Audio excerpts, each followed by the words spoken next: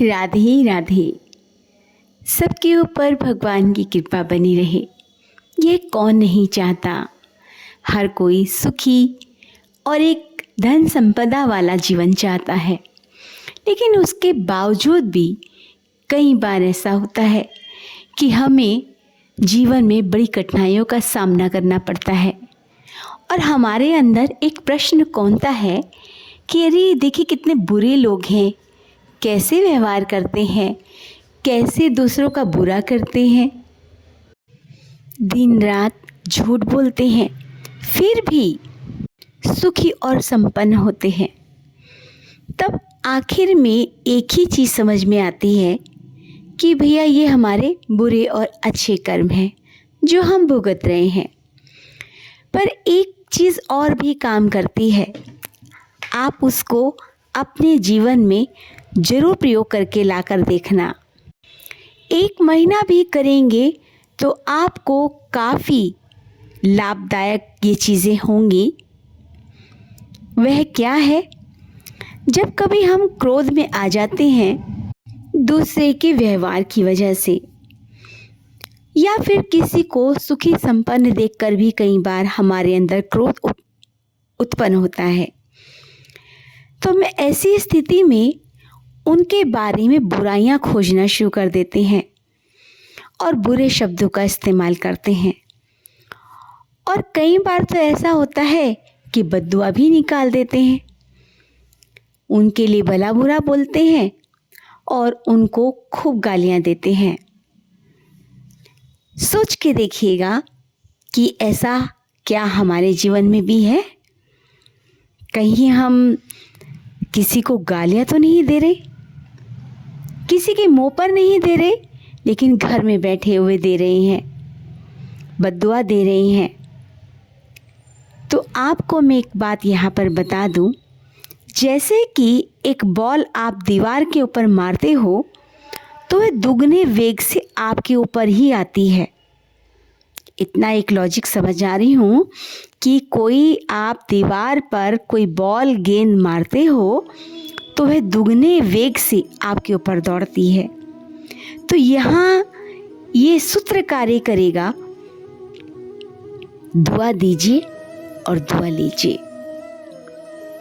चाहे वह आपका कितना भी बड़ा शत्रु हो, अगर आप दुआ नहीं निकाल सकते तो बद्दुआ भी मत दीजिएगा, क्योंकि वो हिसाब किताब करने वाला बैठा है ना।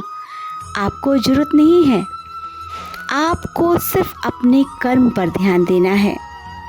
आपको अगर अर्जी लगानी ही है तो प्रभु के चरणों में लगा दीजिएगा, पर बिना किसी मांग के कि आप उसका बुरा कर दीजिए, आप उसको ये कर दीजिए, नहीं, क्योंकि वह आपके खाते में लिखा जाएगा।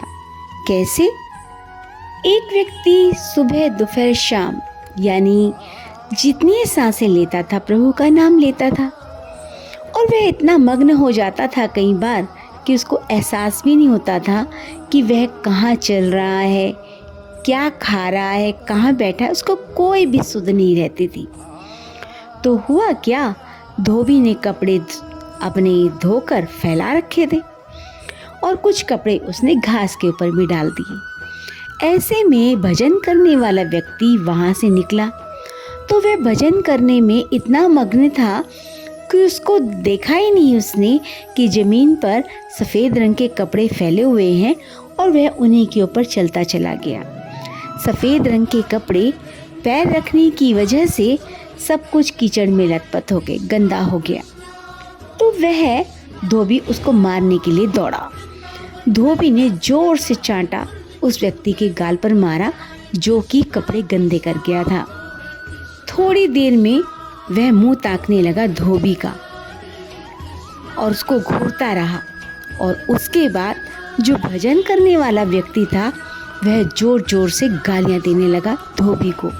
तुम्हारी हिम्मत कैसे हुई मेरे पर हाथ उठाने की, मैंने कोई जानकर किया है और भी ना जाने क्या क्या, और तुम नहीं जानते मैं कितना भजन करता हूँ, मेरे श्राप से ये हो जाएगा, अब तुम्हारा ये होगा, तुम्हारे बच्चे भूखे मरेंगे, और भी बहुत सारी बद्दुआएं वह व्यक्ति देने लगा।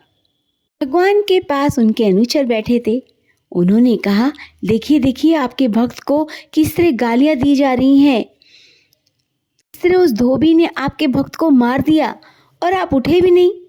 भगवान ने कहा कि जब धोबी ने मेरे भक्त के ऊपर हाथ उठाया था तो मैं उसकी मदद के लिए आ ही रहा था, लेकिन मेरे भक्त ने तो अपना हिसाब किताब स्वयं ही पूरा कर लिया।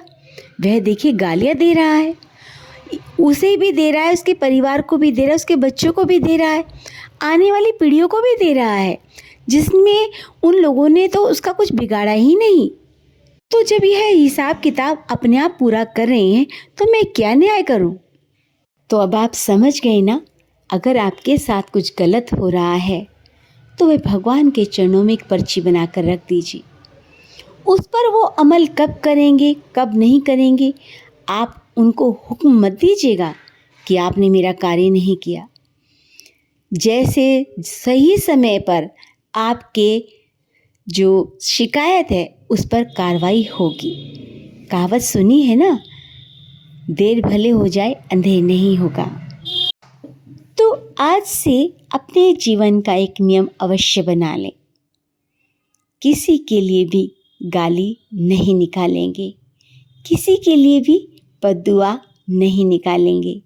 निकालेंगे तो सिर्फ दुआ, निकालेंगे तो शुक्राना और मुस्कुराना। शुक्राना उस प्रभु का जो उसने दिया, और मुस्कुराना जिससे सबका दिल जीत लिया। तो इसी के लिए आज इस कथा को यही समाप्त करते हैं। राधे राधे। आपको अगर ये कथा अच्छी लगी और अपने जीवन में सुख की उपलब्धि चाहते हैं तो इसे जरूर अमल कीजिएगा। फिर से आती हूँ, आपके जीवन को सार्थक बनाने के लिए कुछ अच्छी अच्छी बातें किताबों से पढ़कर और जीवन में प्रयोग की हुई भी। फिर से मिलते हैं। राधे राधे।